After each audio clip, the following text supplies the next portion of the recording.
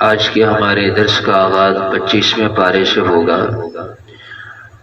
25ویں پارے کی ابتدا میں اللہ جل شانہ نے وقوع قیامت کے علم کو اپنی ذات کے ساتھ مختص فرمانے کا تذکرہ فرمایا ہے کہ قیامت کب آئے گی، اس کا علم صرف اللہ جل شانہ ہی کو ہے۔ ان اللہ عنده علم الساعہ، قیامت کا یقینی علم وہ صرف اللہ جل شانہ کے پاس ہے۔ حضور پاک صلی اللہ تعالی علیہ وسلم ایک مرتبہ ایک مجلس میں تشریف فرما تھے، صحابہ کرام موجود تھے، تو حضرت جبریل علیہ السلام آئے انسانی شکل میں۔ عموماً حضرت جبریل علیہ السلام صحابی رسول حضرت دحیہ کلبی رضی اللہ تعالیٰ عنہ کی شکل میں آتے تھے۔ حضرت دحیہ کلبی رضی اللہ تعالیٰ عنہ یہ بڑے خوبصورت صحابی تھے، تو حضرت جبریل اکثر انہی کی شکل میں یعنی انسانی شکل میں آپ علیہ السلام کے پاس آتے تھے۔ تو آپ تشریف فرماتے، حضرت جبریل علیہ السلام آئے اور صحابہ فرماتے ہیں حضرت عمر رضی اللہ تعالیٰ عنہ اس حدیث کے راوی ہیں، سیاستہ میں یہ روایت موجود ہے۔ تو فرمایا حضرت عمر رضی اللہ تعالیٰ عنہ نے، ایک آدمی آیا آپ علیہ السلام کی خدمت میں اور اس کے کپڑے پرانے تھے اور بال بکھرے ہوئے تھے اور گرد و غبار لگی تھی، ایسے لگتا تھا جیسے بڑا دور کا سفر کر کے آیا ہے، بڑی دور سے آیا ہے۔ اور وہ آیا اور آ کر آپ علیہ السلام کے ساتھ سامنے دو زانوں بیٹھ گیا، جیسے میں بیٹھا ہوں، دو زانوں بیٹھ گیا۔ وَأَسْنَدَ رُكْبَتَيْهِ إِلَى رُكْبَتَيْهِ، اور اس نے سامنے بیٹھ کر اپنے گھٹنے نبی کریم صلی اللہ تعالی علیہ وسلم کے گھٹنوں کے ساتھ جوڑ لیے، اور انہوں نے بہت سے سوال کیے، یا رسول اللہ اسلام کسے کہتے ہیں، یا رسول اللہ احسان کسے کہتے ہیں؟ آپ علیہ السلام نے اس کے جواب ارشاد فرمائے کہ احسان کہتے ہیں ان تعبد اللہ کأنک تراہ، احسان نام ہے اس چیز کا کہ تو اللہ کی عبادت ایسے کر جیسے تو اللہ کو دیکھ رہا ہے، اور یہ درجہ نصیب نہ ہو تو پھر ادنا درجہ یہ ہے کہ تو اللہ کی عبادت ایسے کر گویا کہ تو اللہ کو دیکھ رہا ہے۔ اس کیفیت سے نماز اور عبادت ہونی چاہیے۔ پھر انہوں نے سوال کیا متی الساعۃ یا رسول اللہ، یا رسول اللہ قیامت کب آئے گی؟ آپ علیہ السلام نے فرمایا مَا الْمَسْئُولُ عَنْهَا بِأَعْلَمَ مِنَ السَّائِلِ، آپ کو تو پتا تھا کہ یہ جبریل علیہ السلام ہے، فرمایا بل مسئول عنہا بعلم من السائل، کہ جس سے پوچھا گیا ہے اس کو مسئول کہتے ہیں، پوچھنے والے کو سائل کہتے ہیں۔ آپ علیہ السلام نے فرمایا کہ مسئول یعنی میں، سائل یعنی تجھ سے زیادہ نہیں جانتا، مسئول سائل سے زیادہ نہیں جانتا۔ مطلب یہ تھا کہ جتنا قیامت کے متعلق تجھے علم ہے اتنا ہی مجھے علم ہے، الا یہ کہ آپ علیہ السلام نے فرمایا ہاں وَأَشْرَاطُ السَّاعَةِ، قیامت کا یقینی علم تو اللہ کے پاس ہے، ہاں قیامت کی چند علامات میں بتلا دیتا ہوں۔ پھر آپ نے طویل علامات بتلائیں جو مشہور بھی ہیں، کہ آپ نے ارشاد فرمایا أَن تَلِدَ الْأَمَةُ رَبَّتَهَا، مشہور وہ یہی ہے کہ آپ علیہ السلام نے فرمایا کہ قرب قیامت میں امانت میں خیانت کی جائے گی، اور بعد میں آنے والے لوگ پچھلوں کو برا بھلا کہیں گے، اور چرواہے بکریاں چرانے والے یہ بڑے بڑے محلات میں رہنے لگیں گے، آدمی اپنے دوست کے قریب ہوگا، اپنے والد سے دور ہوگا، عورت اپنے آقا کو جنے گی، مطلب یہ کہ اولاد والدین پر ایسے مسلط ہوگی، ایسے غالب ہوگی جیسے آقا وہ اپنے ماتحت پر ہوتا ہے، والدین کی نافرمانی کی جائے گی، مفہوم یہی ہے۔ تو آپ علیہ السلام نے قیامت کی علامات بیان فرمائیں، تو اس سے پتہ چلا کہ علم قیامت کا جو اصل علم ہے وہ اللہ کے پاس ہے۔ جب وہ گئے، جب وہ وہاں مجلس سے اٹھ کر گئے، آپ نے صحابہ کرام سے پوچھا تمہیں پتہ ہے یہ کون تھے؟ تمہیں پتہ ہے یہ کون تھے؟ صحابہ نے عرض کیا نہیں یا رسول اللہ، یہ تو کوئی پردیسی مسافر ہی لگتا تھا۔ آپ نے فرمایا ھذا جبریل یعلمکم دینکم، یہ جبریل تھے جو تمہیں تمہارا دین سکھانے آئے تھے، سوال و جواب کے انداز میں، کیونکہ کوئی چیز کسی کا علم بتلانا ہو، کسی چیز کو سکھانا ہو، بسا اوقات سوال و جواب کا انداز ہوتا ہے جس سے سمجھنا آسان ہوتا ہے۔ تو کس قدر خوش نصیب ہیں وہ صحابہ کرام جنہوں نے اپنی آنکھوں سے نبی کریم صلی اللہ تعالی علیہ وسلم کا دیدار کیا۔ صحابہ کرام کو اللہ نے بڑی عظمتیں عطا فرمائیں۔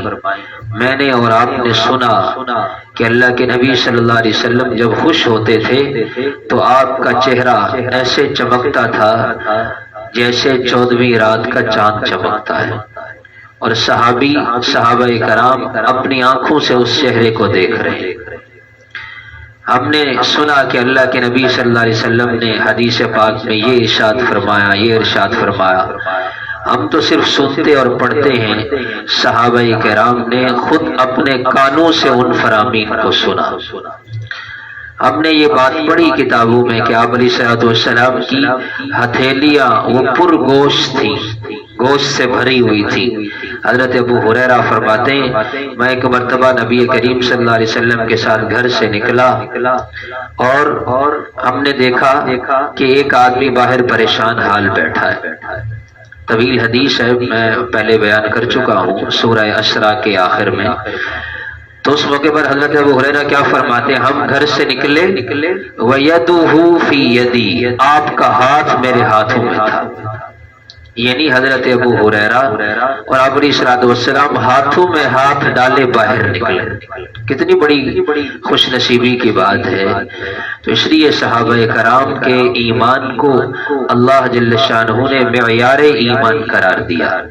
آمینو کما آمن الناس، ایسے ایمان لاؤ۔ کیسا ایمان چاہیے اللہ کو؟ صحابہ کرام کے ایمان جیسا ایمان چاہیے۔ تو اس لیے صحابہ کرام کی زندگی وہ ہم سب کے لیے معیار ہے، کیونکہ وہ شاگرد ہیں نبی کریم صلی اللہ تعالی علیہ وسلم کے۔ اس لیے کسی بھی صحابی کا قول، صحابی کا عمل ہمارے سامنے آ جائے تو وہ ہمارے لیے قابل قدر بھی ہے اور قابل عمل بھی ہے۔ پھر صحابہ کرام میں بھی مختلف درجات ہیں۔ حضرت ابو ہریرہ رضی اللہ تعالیٰ عنہ یہ ان صحابہ میں شامل ہیں جن سے کثرت سے روایات مروی ہیں، لیکن یہ فقیہ نہیں ہے۔ فقیہ ہیں حضرت عبداللہ ابن مسعود رضی اللہ تعالیٰ عنہ، حضرت صدیق اکبر رضی اللہ عنہ، حضرت عمر فاروق رضی اللہ تعالیٰ عنہ، حضرت عثمان غنی، حضرت علی المرتضیٰ، ان کو دیگر صحابہ کرام پر فضیلت حاصل ہے۔ یہ مسئلہ بھی ذہن میں رکھ لیں، دو قسم کی روایات ہوں، ایک طرف حضرت ابو ہریرہ کی روایت ہے، ایک طرف حضرت عبداللہ ابن مسعود رضی اللہ تعالیٰ عنہ کی روایت ہے۔ تو اگر وہ فقہی مسئلہ ہے یا وہ مسئلے کی چیز ہے تو اس میں حضرت عبداللہ بن مسعود رضی اللہ تعالیٰ عنہ کی روایت کو ترجیح ہوگی، اور یہ ترجیح ہم ایسے نہیں دیتے۔ ہمارا الحمدللہ ہمیں یہ اعزاز حاصل ہے کہ میں اور آپ جس فقہ حنفی کو مانتے ہیں، ایک تو اس فقہ کو یہ خصوصیت حاصل ہے کہ وہ شرعی فقہ ہے۔ تمام فقہیں، چاہے وہ امام احمد بن حنبل رحمہ اللہ کی ہو، امام شافعی رحمۃ اللہ علیہ کی ہو، امام مالک رحمۃ اللہ علیہ کی ہو، وہ انہی ایک امام کی محنت کا نتیجہ ہے۔ لیکن فقہ حنفی یہ شرعی فقہ ہے، یعنی یہ وہ فقہ ہے جس پر امام ابو حنیفہ رحمہ اللہ نے 30-40 مفتیان کرام کی ایک جماعت بنائی اور اپنا قرآن و حدیث سے نکلا ہوا مسئلہ ان کے سامنے رکھتے تھے کہ میں نے قرآن کی فلاں آیت سے، فلاں حدیث سے میں نے یہ مسئلہ اخذ کیا ہے۔ پھر وہ مفتیان کرام اس پر غور و خوض کرتے، آپس میں بحث ہوتی، تو نتیجتاً جو فیصلہ ہوتا اسے فقہ حنفی کا مسئلہ بنایا جاتا ہے۔ اور اللہ کا شکر ہے پوری دنیا میں 2/3 مسلمان وہ فقہ حنفی پر عمل کرتے ہیں، یعنی اس دنیا میں سب سے زیادہ جس فقہ پر عمل ہو رہا ہے وہ کون سی فقہ ہے؟ فقہ حنفی ہے، اس پر میں اور آپ عمل کرتے ہیں۔ تو اس لیے ہمیں یہ اعزاز حاصل ہے کہ ہماری فقہ حنفی کی بنیاد جن صحابہ کرام کی روایات پر ہے ان میں سب سے زیادہ روایات حضرت عبداللہ بن مسعود رضی اللہ تعالیٰ عنہ کی، جن کو نبی کریم صلی اللہ علیہ وسلم نے افقہ الناس کا لقب عطا فرمایا کہ میری امت کا سب سے بڑا فقیہ کون ہے؟ عبداللہ ابن مسعود۔ ان سے جو فقہ چلی اس فقہ کو یوں کہہ لیں فقہ حنفی کہتے ہیں۔ جو تشہد میں اور آپ پڑھتے ہیں التحیات للہ والصلوات، یہ تشہد اس کو ہم کہتے ہیں تشہد ابن مسعود۔ یہ وہ تشہد ہے آپ علیہ الصلوۃ والسلام نے حضرت عبداللہ ابن مسعود کا ہاتھ اپنے ہاتھوں میں لے کر انہیں یہ تشہد سکھلایا، اور حضرت عبداللہ ابن مسعود سے چلا اور مجھ تک اور آپ تک آج پہنچا ہے۔ تو یہ دین صحابہ کرام کے واسطے سے پہنچا ہے۔ تو صحابہ کرام کے اگر کردار کو اور اگر ان کی شخصیات کو مشکوک اور مجروح کیا جائے گا تو نتیجتاً پورا دین مشکوک ہو جائے گا، پورا دین مشکوک ہو جائے گا۔ درمیان میں واسطہ اگر خراب ہو جائے تو پھر اس چیز کی اہمیت نہیں رہتی۔ دشمنان اسلام کی یہ سازش شروع سے رہی ہے کہ وہ دین کے واسطوں کو مشکوک اور مخدوش کرنے کی کوشش کرتے ہیں۔ جیسے ٹینکی سے پانی آ رہا ہوتا ہے، درمیان میں پائپ واسطہ بن جاتے ہیں، ٹوٹی سے پانی ہم استعمال کرتے ہیں، ٹینکی میں بھی پانی ٹھیک ہو لیکن درمیان میں آتے ہوئے کوئی گڑبڑ ہو جائے، کوئی کہے جی یہ درمیان سے یہ پائپ لیک ہے، یہ جگہ صحیح نہیں ہے، تو اس ٹوٹی سے نکلنے والے پانی پر کس کو اعتماد ہوگا؟ لامحالہ اعتماد ختم ہو جائے گا۔ تو صحابہ کرام یہ دین کے واسطے ہیں، ان کے توسط سے دین ہم تک پہنچا ہے۔ اور پھر حضرات خلفائے راشدین، ان کی سنت پر عمل کرنا، ان کی بات کو اہمیت دینا، الحمدللہ اللہ کے پیارے نبی صلی اللہ علیہ وسلم نے امت کو کسی بھی بارے میں تنہا نہیں چھوڑا، تمام ہدایات دے دی۔ علیکم بسنتی وسنت الخلفاء الراشدین، اس حدیث کو پلے باندھے، فرمایا تم پر میری سنت پر عمل کرنا لازم ہے۔ میری سنت کسے کہتے ہیں؟ سنت اور حدیث میں فرق ہوتا ہے۔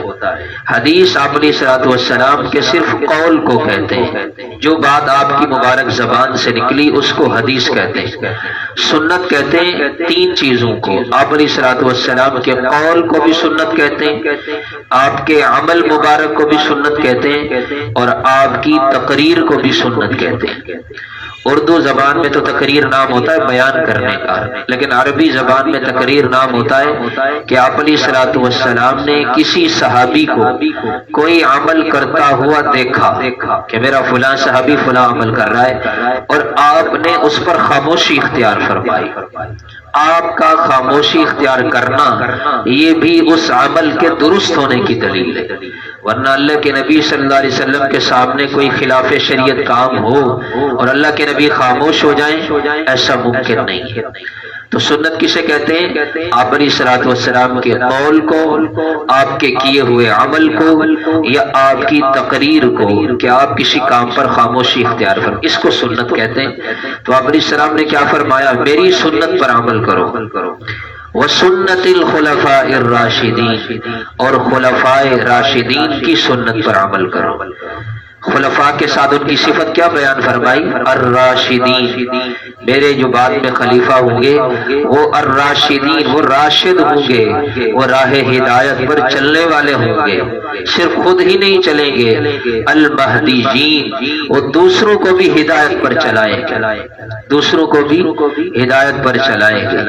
ان کی بات پر عمل کرنا، اور صرف عمل ہی نہیں کرنا، عزو علیہا بالنواجس، نواجد یہ دانت جو کچلی کے 2 دانت، 2 اوپر ہوتے ہیں 2 نیچے، نوکیلے دانت، ان کو نواجس کہتے ہیں، ان کے ساتھ جس چیز کو پکڑا جائے وہ مضبوطی سے پکڑی جاتی ہے، سامنے والے دانتوں سے پکڑیں تو کمزور ہوتی ہے، اور اگر ان نوکیلے دانتوں سے اس کو پکڑا جائے تو پھر وہ مضبوط ہوتی ہے۔ آپ نے فرمایا عزو علیہا بالنواجذ، میرے ان خلفاء کی بتائی ہوئی بات کو خوب مضبوطی سے پکڑنا۔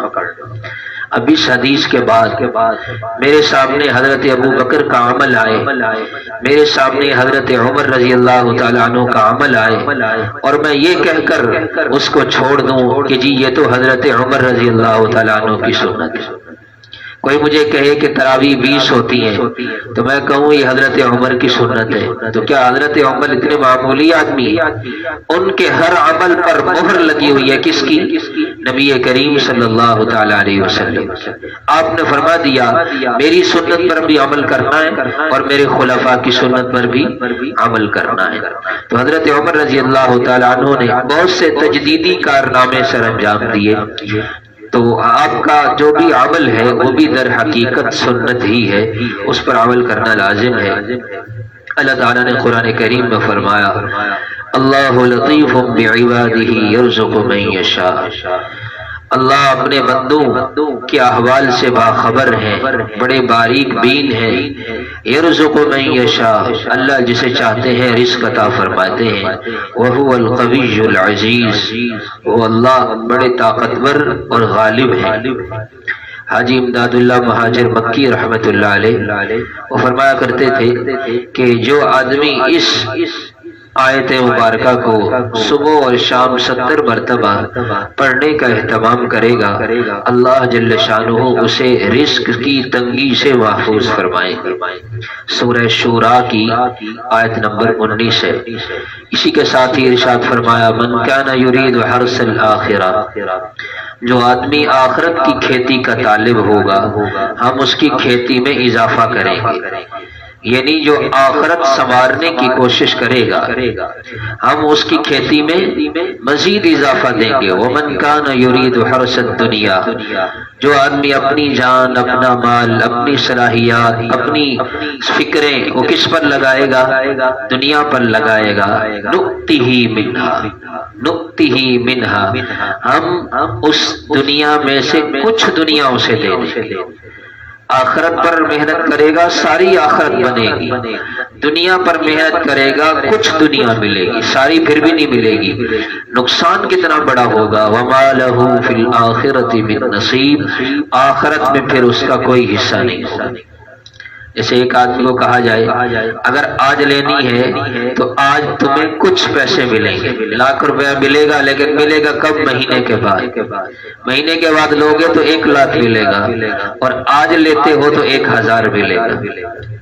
آج لوگے تو کتنا ملے گا؟ تو کون عقل مند ہے جو مہینے بعد ملنے والے 1,00,000 کو چھوڑ کر آج کا 1,000 لے لے؟ اللہ یہی فرما رہے جو آخرت میں آخرت کی کھیتی کا طالب ہوگا اس کی ساری آخرت بن جائے گی، اور جو دنیا چاہے گا جلدی، جو کہ دنیا جلدی ہے آخرت سے پہلے ہے، جو آج چاہے گا اسے کچھ مل جائے گا۔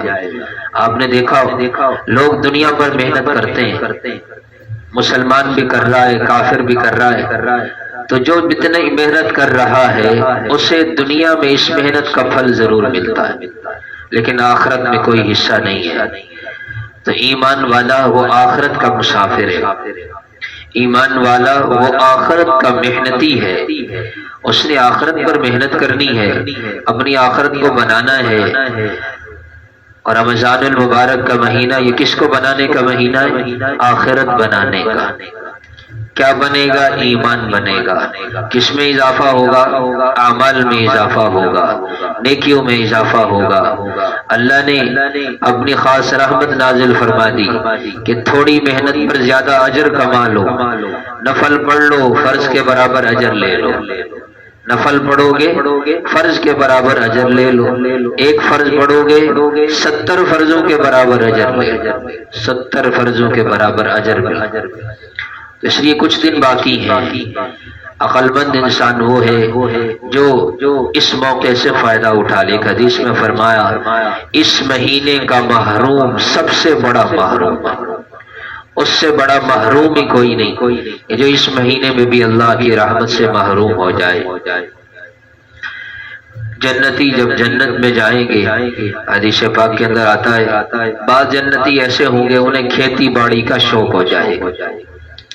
بعض لوگوں کی اپنی اپنی ولی عربی کا مقولہ ہے وَلِلنَّاسِ فِيمَا يَعْشِقُونَ مَذَاهِبُ، لوگوں کے پسند اپنی اپنی ہوتی ہے، پسند اپنی اپنی۔ جو بعض جنتی پہنچیں گے جو کھیتی باڑی کے شوقین ہوں گے کہ اے پروردگار جنت میں کھیتی باڑی نہیں ہے، ہمیں تو بڑا شوق ہے، اللہ تعالیٰ فرشتے بھیجیں گے، زمین تیار کی جائے گی، زمین تیار ہو گئی اور اس کے بعد بیج ڈلے گا، ایک حدیث میں آتا ہے۔ اب یہ جنتی یہ سارے کام دیکھ رہا ہے، اس کا شوق پورا کیا جا رہا ہے۔ وعدہ کیا تھا نا دنیا میں وَفِيهَا مَا تَشْتَهِيهِ الْأَنفُسُ وَتَلَذُّ الْأَعْيُنُ، تمہیں جنت میں وہ ملے گا جو تمہارا جی چاہے گا۔ بعض چیزیں تمہیں وہاں وہ بھی ملیں گی جن کی تمہیں ضرورت نہیں ہوگی، بس تمہاری آنکھوں کو اچھی لگے گی۔ دنیا میں انسان کتنا پیسہ لگاتا ہے آنکھوں کی لذت کے لیے، جی گھر میں سہولیات موجود ہیں، وہ سال دو سال کے بعد وہ چیزیں، وہ فرنیچر، وہ سامان وہ باہر بیچ کر نیا لا رہا ہے، حالانکہ وہ بھی قابل استعمال ہے۔ کیا کہتے ہیں جی یہ ایک دو سال ہو گیا دیکھ دیکھ کر دل اچاٹ ہو گیا، نیا، آنکھیں لذت کو چاہتی ہیں۔ اللہ فرماتے ہیں یہ لذتیں دنیا میں نہیں، میں آخرت میں پوری کروں۔ کھیت بنے گا اور حدیث میں آتا ہے کھیت بننے کے بعد اس میں بیج ڈالا جائے گا، بیج ڈلتے ہی وہ بیج اگے گا، اگتے ہی وہ کھیتی پکے گی، پکتے ہی کٹ جائے گی، وہاں پر وقت تو لگنا نہیں، پکتے ہی کٹ جائے گی۔ اور فرمایا وہ گندم کا یوں ڈھیر لگا ہوا ہوگا، اللہ فرمائیں گے لے میرے بندے تو خوش ہو جا، اپنی آنکھوں کو بھی خوش کر، اپنے جی کو بھی خوش کر۔ میں نے وعدہ کیا تھا، حالانکہ وہاں اب کھیتی باڑی کی ضرورت نہیں رہی، لیکن وعدہ ہے اپنے بندے سے کہ میرے بندے تو میرے لیے کچھ تھوڑے دن کی مشقت کر لے، اور پھر تو میرے پاس جب آئے گا ما لا عین رأت، میں نے تیرے لیے وہ نعمتیں تیار کر رکھی ہیں جو تیری آنکھ نے، کسی آنکھ نے دیکھی نہیں ہے۔ کتنی بڑی بات ہے۔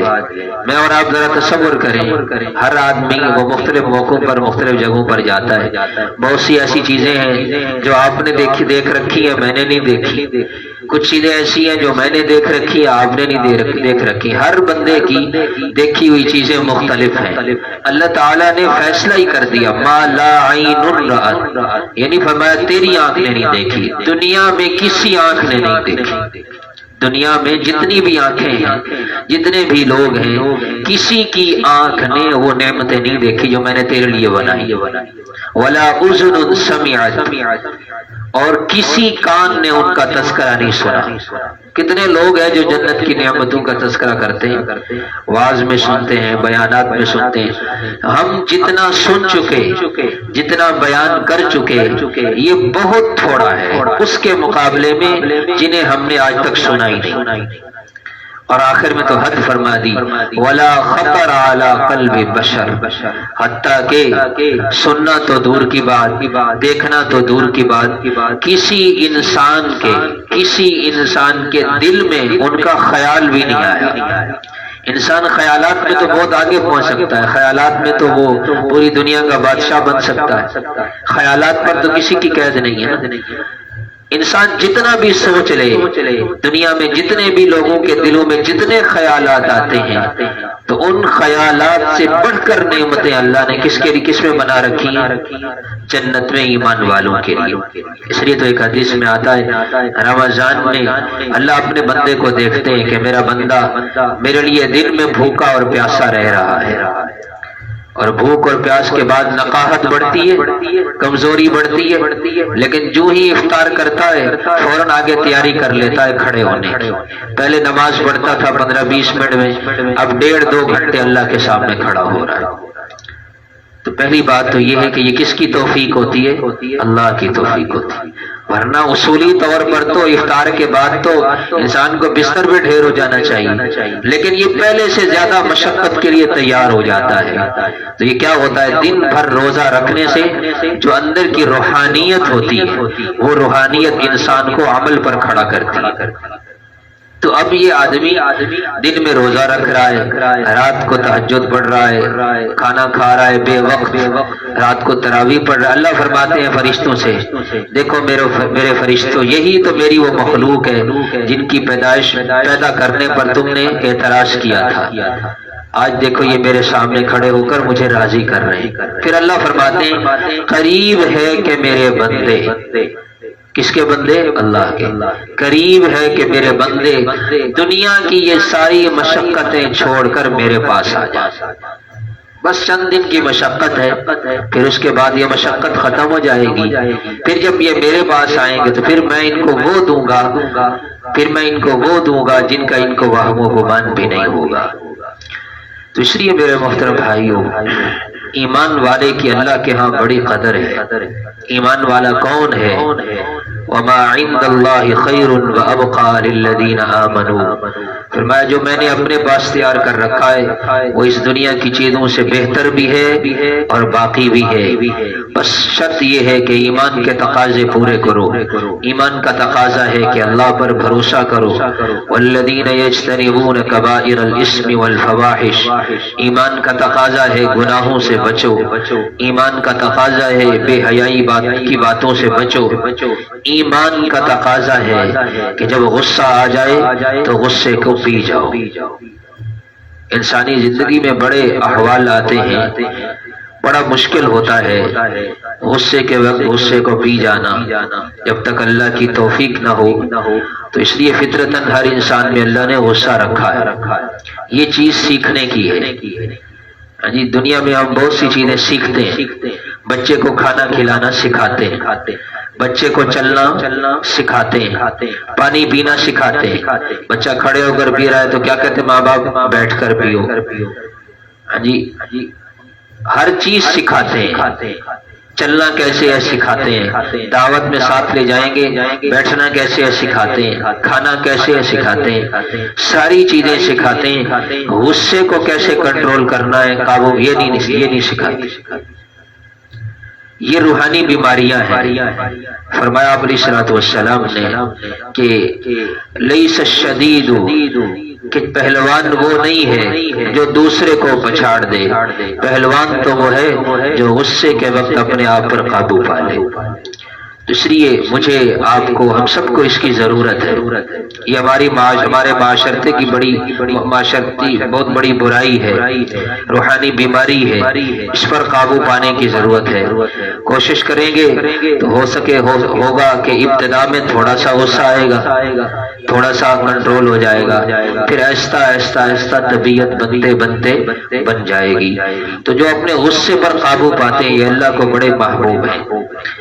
حضرت معاویہ رضی اللہ تعالیٰ عنہ، حضرت عبداللہ بن زبیر رضی اللہ تعالیٰ عنہ، قربان جائیں صحابہ کرام کی تربیت اللہ کے نبی نے کیسی فرمائی تھی۔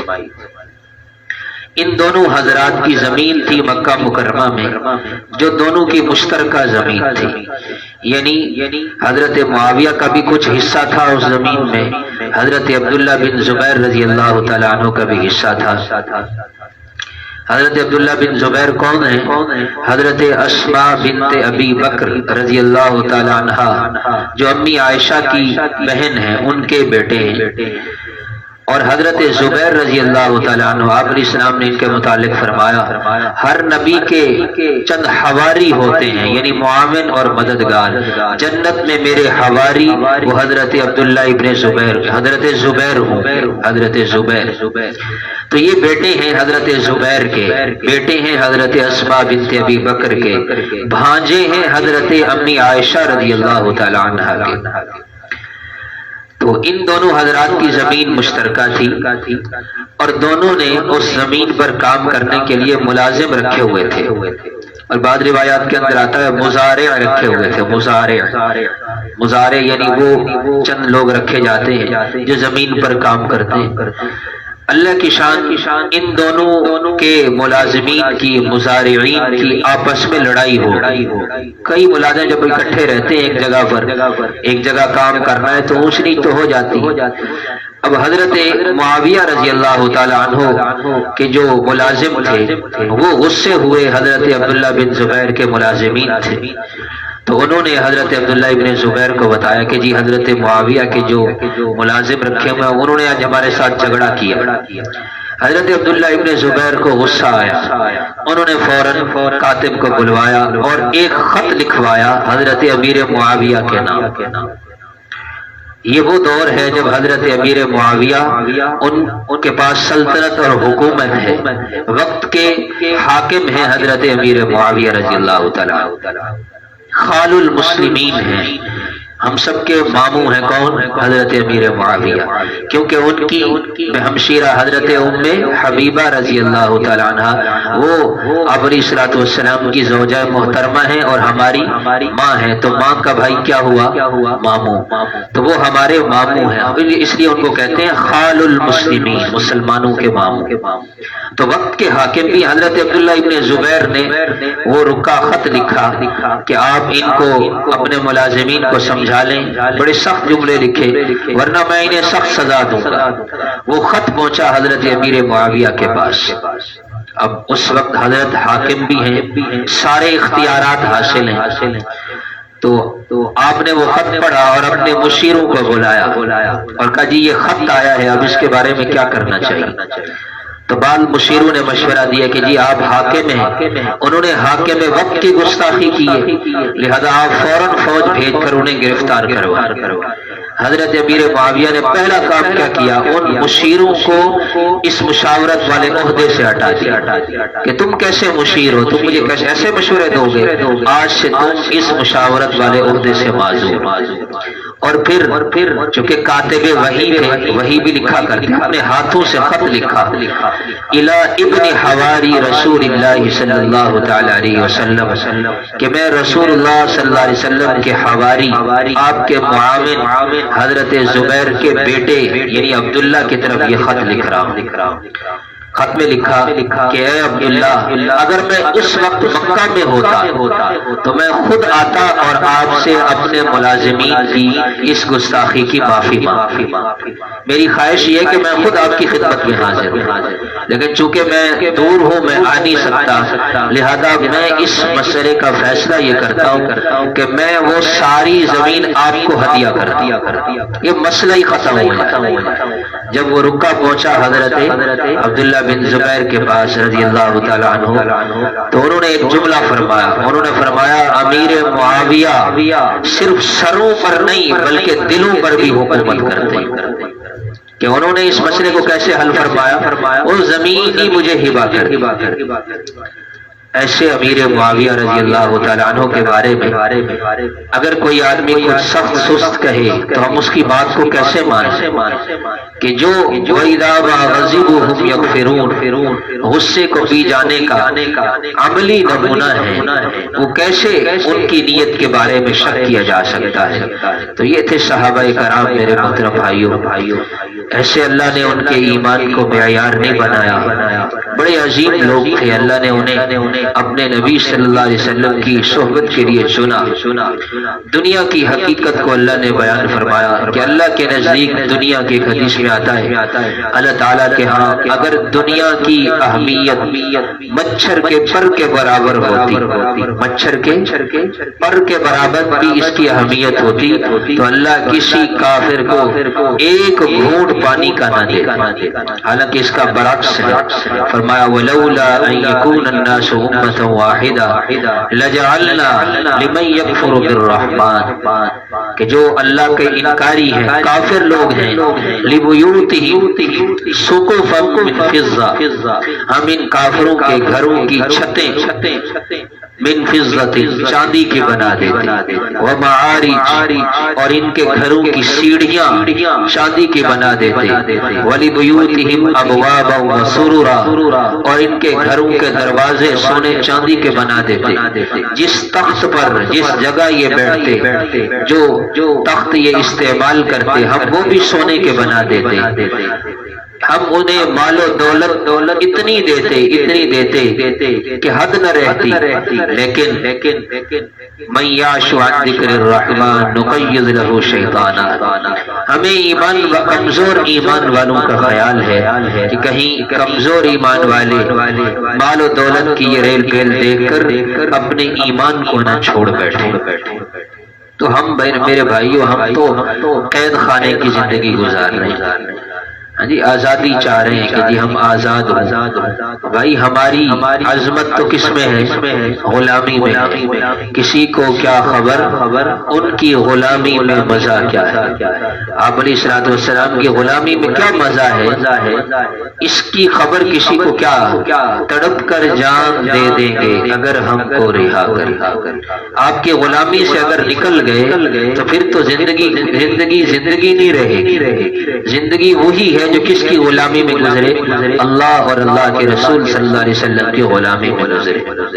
اسے حضرت زید بن حارثہ رضی اللہ تعالیٰ عنہ کا طویل واقعہ فضائل اعمال میں بھی ہے۔ بکتے بکاتے آپ علیہ الصلوۃ والسلام کے پاس پہنچے تو والد ان کو تلاش کرتے ایک دن پتا چلا کہ وہ تو آپ علیہ الصلوۃ والسلام کے پاس ہے۔ حج سے قافلہ واپس گیا، انہوں نے ان کے والد کو بتلایا تو وہ آئے اور انہوں نے آ کر آپ علیہ الصلوۃ والسلام سے عرض کیا کہ یہ زید ہمارا بیٹا ہے، غلام بنا کر اس کو بیچا گیا، آپ بڑے کریم النفس ہیں، بڑے سخی ہیں، آپ ہم سے مال لے لیں اور یہ بیٹا ہمیں واپس کر دیں۔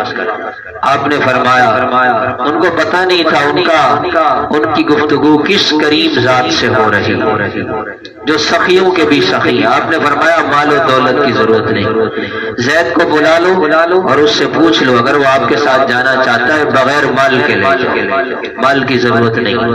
حضرت زید کو بلایا گیا، اب چچا بھی بیٹھے ہیں، والد بھی بیٹھے ہیں اور جدائی کا ایک طویل عرصہ گزر چکا ہے۔ آپ نے حضرت زید سے پوچھا کہ یہ تمہارے والد ہیں، تمہیں لینے ہیں، تم ان کے ساتھ جانا چاہتے ہو؟ تو انہوں نے کیا فوراً انکار کر دیا کہ نہیں، میں آپ کے پاس رہوں۔ چچا اور والد بڑے حیران ہوئے کہ زید یہ کیا کر رہے ہو کہ آزادی کی زندگی پر غلامی کی زندگی کو ترجیح دے رہے ہو، یہاں غلام بن کر رہ رہے ہو۔ تو انہوں نے کہا نہیں، یہی بات انہوں نے کہی ہوگی کہ تمہیں کیا خبر ان کی غلامی میں مزہ کیا ہے۔ ان کی غلامی میں جو مزہ ہے وہ اپنے اہل و عیال، گھر والوں، ماں باپ کے ساتھ والی آزادی میں ہے نہیں۔ میں انہی کے ساتھ رہوں گا۔ آپ اسلام کو اتنا پیار آیا، آپ نے انہیں اٹھا کر اپنی گود میں بٹھا لیا اور فرمایا زید آج سے میرا بیٹا، زید آج سے اللہ کو پتہ نہیں ان کی کون سی ادا پسند آئی، یہ واحد صحابی ہیں حضرت زید رضی اللہ تعالیٰ عنہ، جن کا تذکرہ ان کے نام کے ساتھ اللہ نے قرآن میں فرمایا، فلما قضى زید منها وطرا زوجناکہا۔ تو حضرات صحابہ کرام کو اللہ نے بڑی عجیب شان بخشی تھی۔ سورہ دخان کی ابتدا ہے، سورہ دخان کی بڑی فضیلت ہے۔ حضرت ابو ہریرہ رضی اللہ تعالیٰ عنہ فرماتے ہیں کہ آپ علیہ السلام نے ارشاد فرمایا جو آدمی جمعہ کی رات یعنی شب جمعہ میں یا ایک روایت کے مطابق جمعہ کے دن میں سورہ دخان پڑھتا ہے، رات کو پڑھتا ہے تو صبح ہونے سے پہلے اللہ اس کے سارے گناہوں کو معاف فرما دیتا ہے، اور اگر دن میں پڑھتا ہے تو شام ہونے سے پہلے اللہ اس کے سارے گناہوں کو معاف فرما دیتے ہیں۔ حضرت ابو امامہ رضی اللہ تعالیٰ عنہ سے مروی ہے در منصور میں، فرماتے ہیں آپ علیہ السلام نے ارشاد فرمایا جو شب جمعہ میں یہ سورت مبارکہ ایک مرتبہ پڑھتا ہے، اللہ تعالیٰ جنت میں اس کے لیے ایک گھر بنا دے، جنت میں اس کے لیے، تو اس کو روز پڑھیں گے تو روز ایک گھر جنت میں ملے گا۔ فرمایا اللہ جل شانہ کے بعض بندے ایسے ہیں کہ جب وہ اس دنیا سے جاتے ہیں تو کئی دنوں تک آسمان کے وہ دروازے روتے ہیں جن سے اس کے اعمال اوپر جایا کرتے تھے۔ الیہ یصعد الکلم الطیب والعمل الصالح یرفع، انسان جو عمل کرتا ہے وہ کس کے پاس پہنچتا ہے؟ اللہ کے پاس۔ تو جس دروازے سے اس کے اعمال جاتے ہیں وہ دروازے روتے ہیں۔ فرمایا جس زمین کے حصے پر یہ سجدہ کرتا ہے، پیشانی رکھتا ہے، وہ زمین کا حصہ روتا ہے اس کی جدائی۔ اس لیے شریعت کا حکم یہ ہے کہ جگہ بدل بدل کر نماز پڑھنی چاہیے، جگہ بدل بدل، اگر کوئی مجبوری نہ ہو تو پھر نماز میں ایک ہی جگہ کو مختص کر لینا یہ مکروہ ہے کہ ایک ہی جگہ بنا رہی بس یہی نماز پڑھنی ہے، اس کے علاوہ نہیں پڑھنی، تو ایسا نہیں ہونا چاہیے، الا یہ کہ امام ہے یا پیچھے امام کے کھڑے ہونے والے نائب امام ہیں ان کے لیے تو اس کی اجازت ہے، اس کے علاوہ عام نمازیوں کو کیا کرنا چاہیے، جگہ بدل بدل کریں تاکہ جتنی جگہوں پر پیشانی لگے گی کل قیامت کے دن اتنے ہی حصے کیا کریں گے، گواہی دیں، ایک جگہ پر پڑے گا تو ایک حصہ گواہ بنے گا، مختلف جگہوں پر پڑے گا تو مختلف حصے گواہ بنے گا۔ فرمایا جب یہ نافرمان لوگ اس دنیا سے جاتے ہیں، فما بکت علیہم السماء والارض وما كانوا منظرین، نہ ان پر آسمان روتا ہے نہ ان پر زمین روتی ہے، وہ دھرتی پر بوجھ ہوتے ہیں۔ جب اس دنیا سے جاتے ہیں تو انسان ایک حدیث میں آیا جانور بھی بعض لوگوں کے اس دنیا سے جانے پر خوش ہوتے ہیں کہ یہ دنیا میں تھا اور اس کی وجہ سے جو مختلف احوال اور حالات دنیا والوں پر آتے تھے تو اس سے جیسے انسان اس کے شر سے بچ گئے جانور بھی اس کے شر سے بچ گئے، تو ایسی زندگی گزارنے سے موت بہتر ہے۔ اس لیے میرے محترم بھائیوں، رمضان المبارک اللہ تعالیٰ کی طرف سے آخرت سنوارنے کا بہترین موقع ہے، اس موقع سے فائدہ اٹھانا۔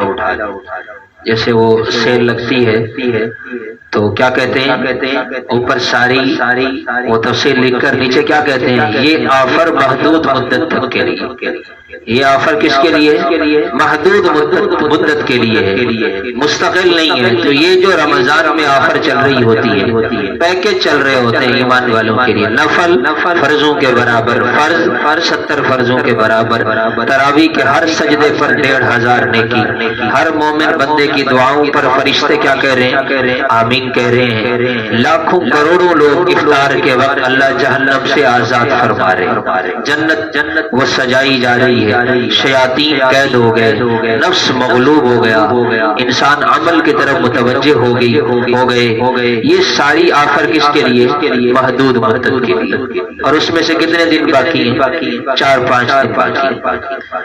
تو اس لیے یہ غفلت میں گزارنے کے لیے بڑی دنیا کما لی، بہت گپ شپ لگا لی، بڑی مجالس لگا لی، اب جو ہے نا خلوت میں کچھ اوقات اللہ کی یاد میں گزارے۔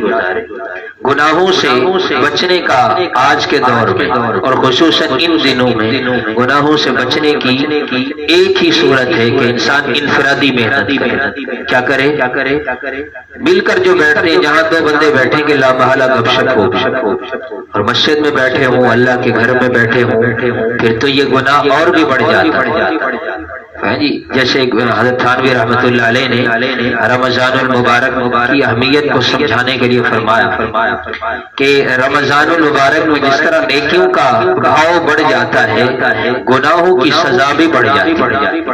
فرمایا انہوں نے جیسے ایک آدمی باہر بیٹھ کر شراب پی رہا ہو تو ہے تو وہ بھی گناہ کبیرہ کرنے والا، لیکن وہ معیوب ہے لیکن کم ہے، اور نعوذ باللہ اگر کوئی آدمی مسجد میں آ کر پیے تو گناہ کا کام تو وہ بھی کر رہا ہے، لیکن یہ دوہرا گناہ ہے، گناہ بھی کر رہا ہے اور کر بھی کس میں رہا ہے، مسجد میں رہا ہے، گناہ بھی کر رہا ہے اور کر بھی کس میں رہا ہے، رمضان المبارک میں رہا ہے، گناہ بھی کر رہا ہے اور کر رہا ہے کس میں، مسجد میں بیٹھ کر، تو یہ دوہرے گناہ کا ذریعہ بن جاتا ہے۔ تو اس لیے رمضان المبارک میں انفرادی عبادت کو ترجیح دیں، جو اجتماعی عبادات ہیں وہ اجتماعی کرنی ہے، اور یہ جو دن باقی ہیں ان دنوں میں خصوصاً ہر روز کم از کم ایک مرتبہ صلاۃ التسبیح کا اہتمام ہو جائے، کیونکہ صلاۃ التسبیح کی فضیلت کے متعلق کیا فرمایا، اللہ اگلے بھی پچھلے بھی، خفیہ بھی اعلانیہ بھی، چھوٹے بھی بڑے بھی،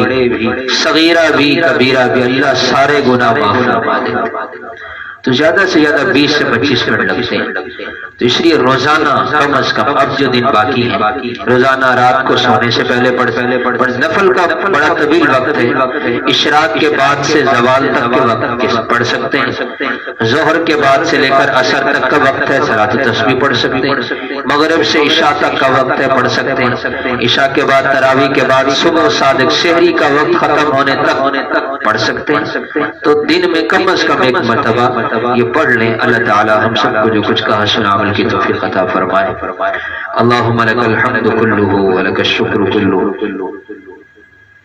اللہم لا نحصی ثناء علیک انت کما اثنیت علی نفسک، اللهم اهدنا فيمن هديت وعافنا فيمن عافيت وتولنا فيمن توليت، اللهم إنك عفو تحب العفو فاعف عنا، اللهم إنك عفو تحب العفو فاعف عنا، اللهم اغفر لنا وللمؤمنين والمؤمنات والمسلمين والمسلمات الأحياء منهم والأموات، رب ارحمهما كما ربياني صغيرا، ربنا هب لنا من أزواجنا وذرياتنا قرة أعين واجعلنا للمتقين إماما، وصلى الله تعالى على خير خلقه محمد وآله وصحبه.